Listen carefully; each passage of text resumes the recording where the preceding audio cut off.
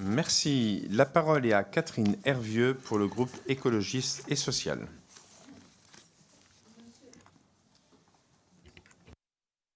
J'oublie à chaque fois. Non, Monsieur le Président, Monsieur le Délégué, chers collègues, la projection de visibilité et de trajectoire pour l'industrie est en cours de construction. On sait qu'il y a des PME et PMI en souffrance. Des glissements dans les calendriers de livraison concernant plusieurs segments capacitaires ont également eu lieu dès 2024. Il a été annoncé que 70% du budget de la défense sera à destination des PME-PMI, lequel sera en partie capté par les grands maîtres d'œuvres industrielles. Comment alors soutenir directement les PME-PMI afin de leur apporter une capacité à être plus flexible et adaptable aux besoins plus ou moins croissants de l'économie de défense? Comment les PME-PMI peuvent être mieux prises en compte sur les projets européens? Nous soutenons la coopération européenne de défense et le développement d'une BITD européenne. La France doit s'engager pour une Europe de la défense plus cohérente. On est actuellement en incapacité de se fédérer autour de grands projets comme l'Eurodrone, le MGCS et le SCAF. Quel est l'avenir de ces programmes? Dassault souhaite avancer seul dans un environnement de coopération. Mais dans ce cas, comment se positionne la France sur le SCAF? Quelle image et confiance renvoyons-nous à nos partenaires européens? Si le SCAF est arrêté, combien aurons-nous dépensé pour un possible échec et comment financerons-nous l'après-SCAF? KNDS est en mutation. Nous sommes également dans l'attente de voir son évolution. Pourriez-vous nous partager l'avancée de la production du MGCS? Et enfin, 2 questions sur des acquisitions. Avez-vous étudié l'acquisition de K239 Chunmoo en remplacement des LRU comme solution intermédiaire? Et avez-vous étudié le développement de biens pouvant traiter la question des débris spatiaux? Je vous remercie. Merci, Monsieur le Délégué général. La parole est à vous.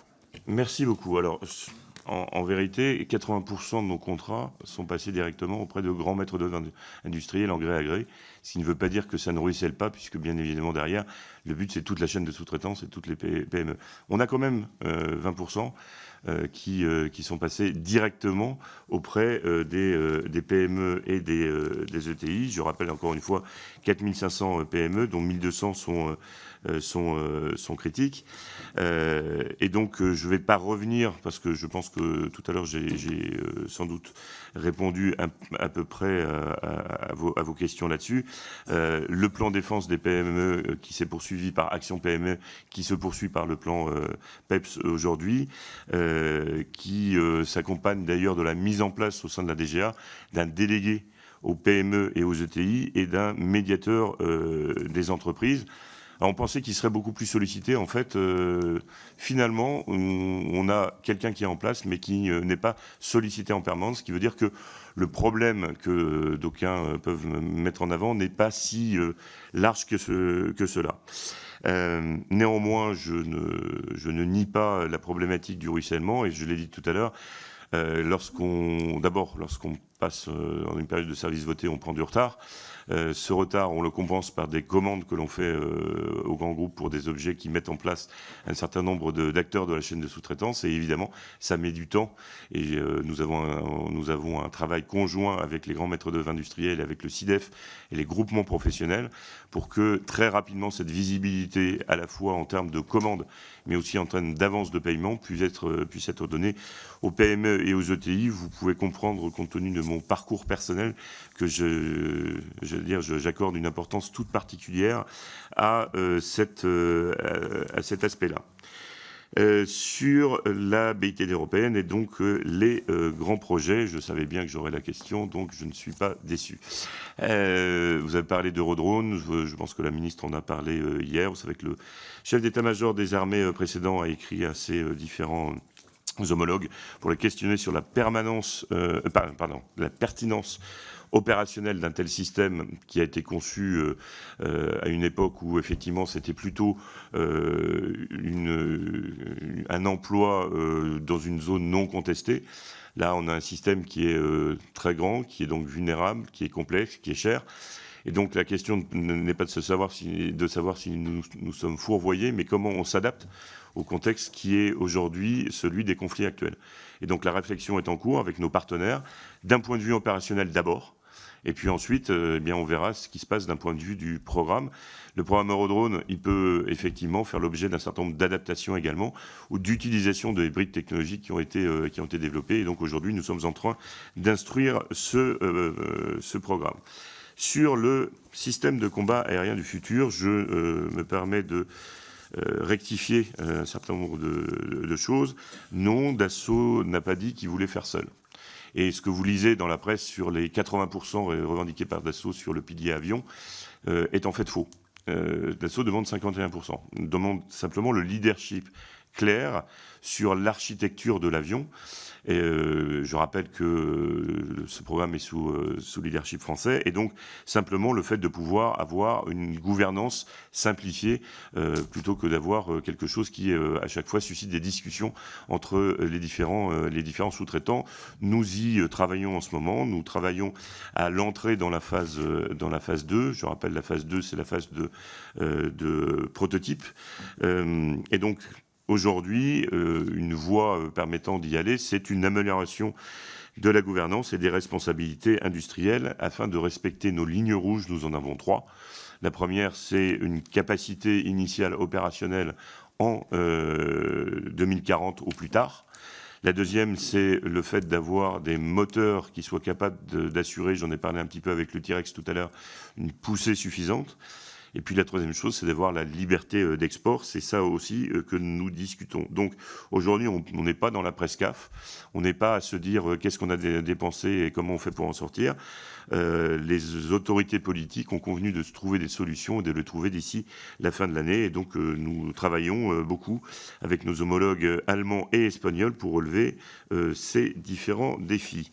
Concernant l'autre programme dont je savais que vous alliez me parler, MGCS, la situation est complètement différente. Vous savez qu'on a constitué une project company qui comporte KNDS France, KNDS Allemagne, Rheinmetall et Thales, qui a fait un certain nombre de propositions. Nous avons discuté ces propositions. Le but étant de fournir un premier contrat aux industriels pour une durée normalement de 4 ans et de le faire dès le début de l'année prochaine ou la fin de cette année. Donc nous sommes en attente d'une convergence industrielle sur les propositions qui nous ont été faites. Et là encore, se pose la question pour nous du maintien d'une capacité de chars lourds, alors que les chars Leclerc vont être frappés d'obsolescence, et donc il faut en vérité traiter la question de l'entrée en service à la charnière 2030-2040.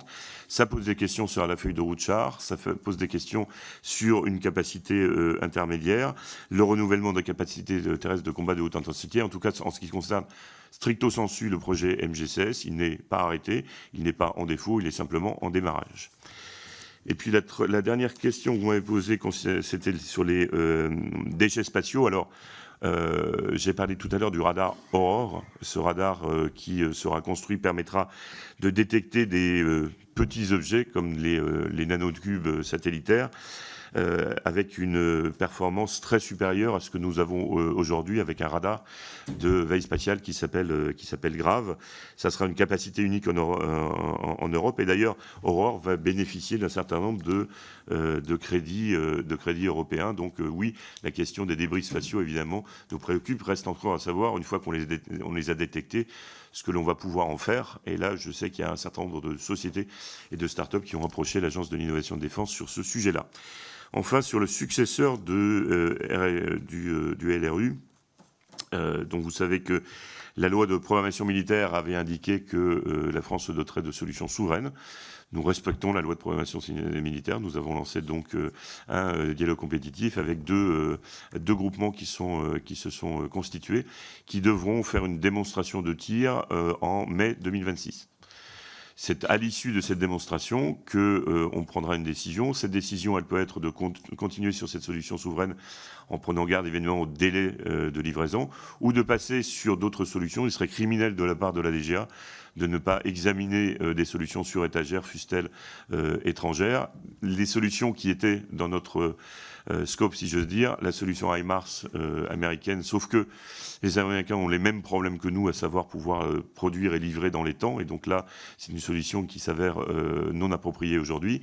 La solution qui consisterait à utiliser un missile qui s'appelle Europulse, c'est un missile israélien. Donc évidemment, aujourd'hui, nous nous tournons plus et davantage vers l'étude d'une solution qui pourrait être dérivée du Pinaka, qui est un lanceur indien, sachant qu'une évaluation est en cours et que tout ceci pourrait rentrer dans le cadre de nos relations globales et de coopération avec l'Inde. Et puis, vous savez qu'il y a d'autres initiatives qui sont d'ailleurs, et je le salue, autofinancées par des industriels. Je pense à Turgis et Gaillard et leur projet Foudre, que évidemment nous regardons. Ils ont récemment signé avec Airbus pour adapter la conduite de tir. Et donc, ce sont des choses que nous regardons dans la mesure où elles peuvent permettre de produire des alternatives si jamais nous décidions qu'il était irresponsable de continuer sur des solutions nationales compte tenu des délais. Mais pour l'instant, je n'ai pas la réponse à cette question.